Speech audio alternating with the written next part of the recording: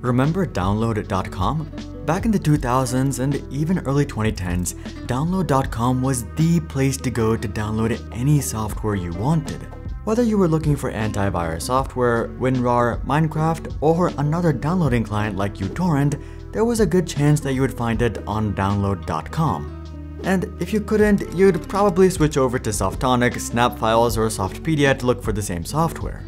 But over the years, Download.com has largely fallen out of favor. In fact, it's only been downhill for Download.com since 2010, and for nearly a decade now, they've been pulling in just 1% of their peak traffic. A lot of people watching this video might not even know what Download.com is. It's easy to write off Download.com as just something that was popular during another era. An era in which people weren't as tech-savvy and relied on a singular site to download all the software they needed. But Download.com is actually representative of a much larger trend within the software world, the rise and fall of centralized software distribution for PCs.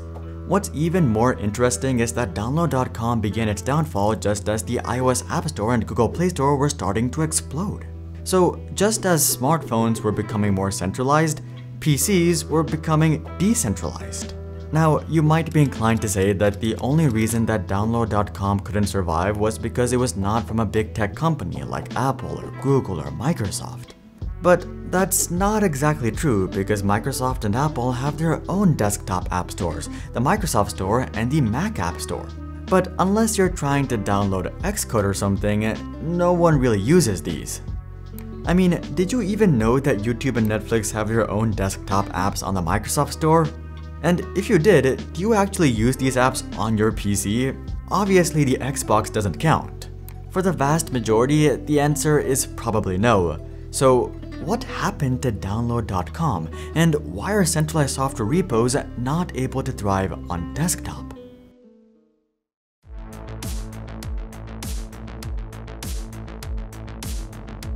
Taking a look back, the story of Download.com takes us all the way back to early 1996, which is almost 30 years ago at this point. The website was launched by CNET, or Computer Network, who at this point was just a small startup themselves. The vision for Download.com was straightforward: create an easy-to-use directory that allowed people to download and rate software for both Windows and Mac. And by far the best decision that CNET made with this website was calling it Download.com.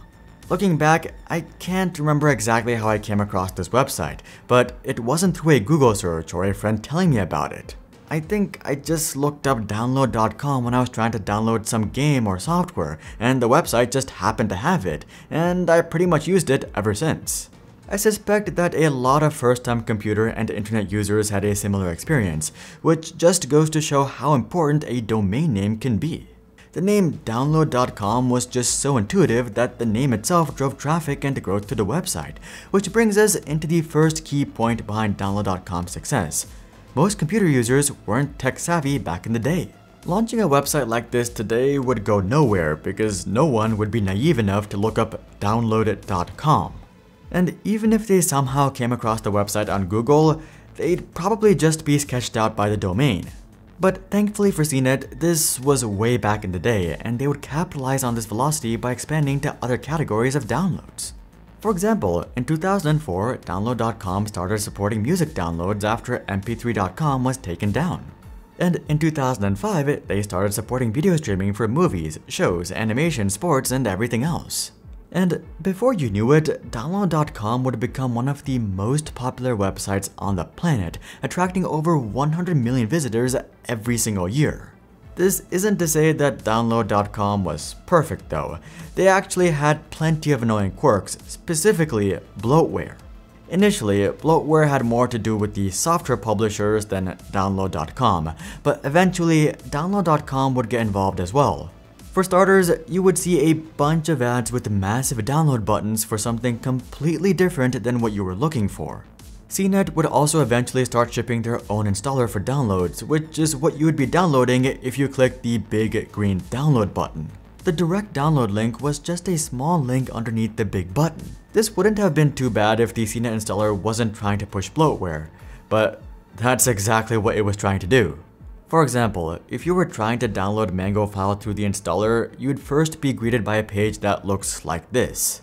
At first glance, it seems like the terms of service for Mango file with the checkbox, but the checkbox is actually just a trick to get you to download the SweetPacks toolbar. If you make it past that page, you're greeted with another page that looks like the download.com terms of service. But the accept button doesn't agree to the TOS, it actually installs the default tab search bar onto your computer. And it doesn't stop right there either. If you make it past that page, you get yet another prompt to seemingly accept terms of service. But this is just a ploy to get you to download Wajam. Something else to note is that even if you're super careful and decline all of these offers, the installer will sometimes install the crapware anyway. And let's just say that it's quite a pain to uninstall this trash, because the software is usually maliciously designed to be hard to uninstall. Simply going to the Windows Program Manager and clicking uninstall usually won't do anything. Instead, you have to go to Program Files and delete the directory and all associated files, which are usually scattered all over the place. No wonder a lot of people's computers used to look like this. But anyway, Apple and Microsoft were watching all of this play out from the sidelines, and eventually they would decide to strike.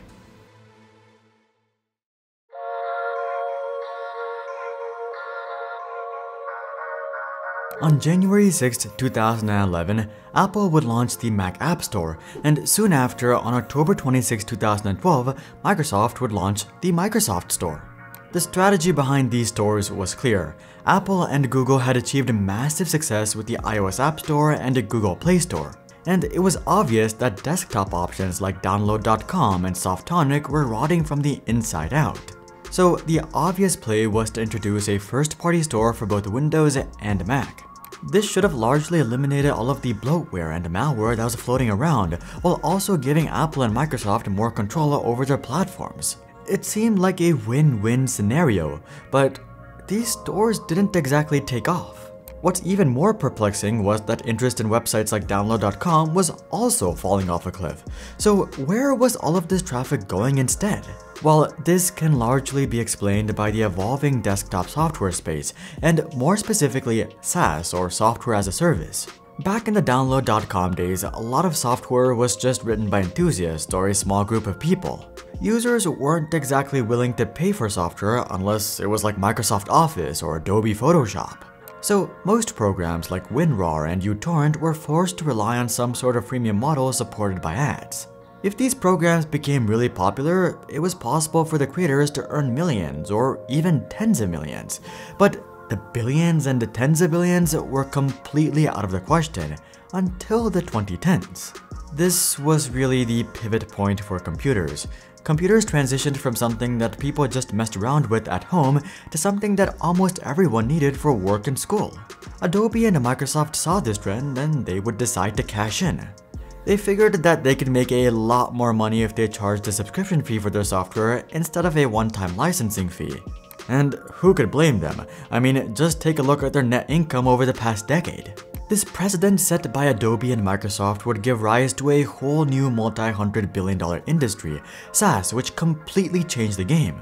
Most software was no longer coming from nerds living in their mom's basement, but rather shrewd businessmen with billion-dollar visions. And as such, the last thing they wanted to do was list their software on Download.com or Softonic. Listing the software on the Mac Store and Microsoft Store would have been fine, but that wasn't ideal either. After all, your listing would be limited to a couple of pictures and a few descriptions. Plus, it wasn't like these stores were all that popular in the first place, so the SaaS companies decided to take matters into their own hands.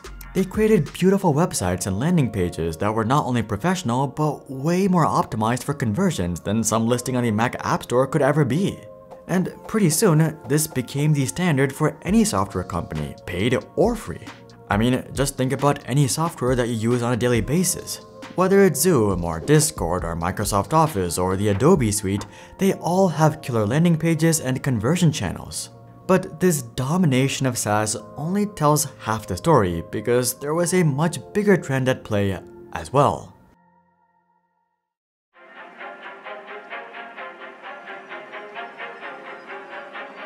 Taking a more macro perspective, I would argue that the death of Download.com has less to do with the rise of SaaS and more to do with the death of downloading in general. Over the years, it's become clear that people prefer to stream all forms of media, whether it's music, podcasts, movies, TV shows, or whatever else. And as for sharing files, well, Google Drive takes care of all the sharing needs that any average person would ever need. In fact, I would even argue that the average person doesn't need to download any software or media. This is precisely why products like Chromebooks are so successful. People are able to accomplish everything they need over the web, whether that's answering emails, researching, sharing files, putting together presentations, writing, consuming media, everything. Even more hardcore users who still download stuff don't need to download all that often. These programs will usually just auto-update themselves when necessary, and you never have to worry about them ever again. Something else to note is that modern websites are basically software. The most notable example of this is the Google Office Suite, which is basically an online version of Microsoft Office, but you could make this argument with really any website. YouTube.com is really just software that lets you discover and watch an infinite amount of video entertainment. Amazon.com is really just software that lets you discover an infinite amount of products. And Gmail.com is really just software that lets you contact basically anyone in the world. The beauty of all this software is that it doesn't need to be downloaded through Download.com or the Microsoft Store. All of this software lives on the cloud and is constantly being updated and refined without you having to do anything. The next time you visit these websites, they're just magically updated. Now, I do want to note that this modern trend has basically rendered computers useless to most people without an internet connection. But with internet basically becoming a utility at this point, I don't think anyone really minds. In the end, Download.com was a website that thrived due to its timing. Its intuitive name and the need to download everything made the website a hit with early computer users. But with the rise of SaaS companies, streaming, and websites that are basically software, people just have no need to download anything anymore, and that's what happened to Download.com. Another classic downloading client from the 2000s that has been struggling to stay afloat is uTorrent. Check out this video to learn more, but until then, I'm Hari, and I'll see you guys on the next one.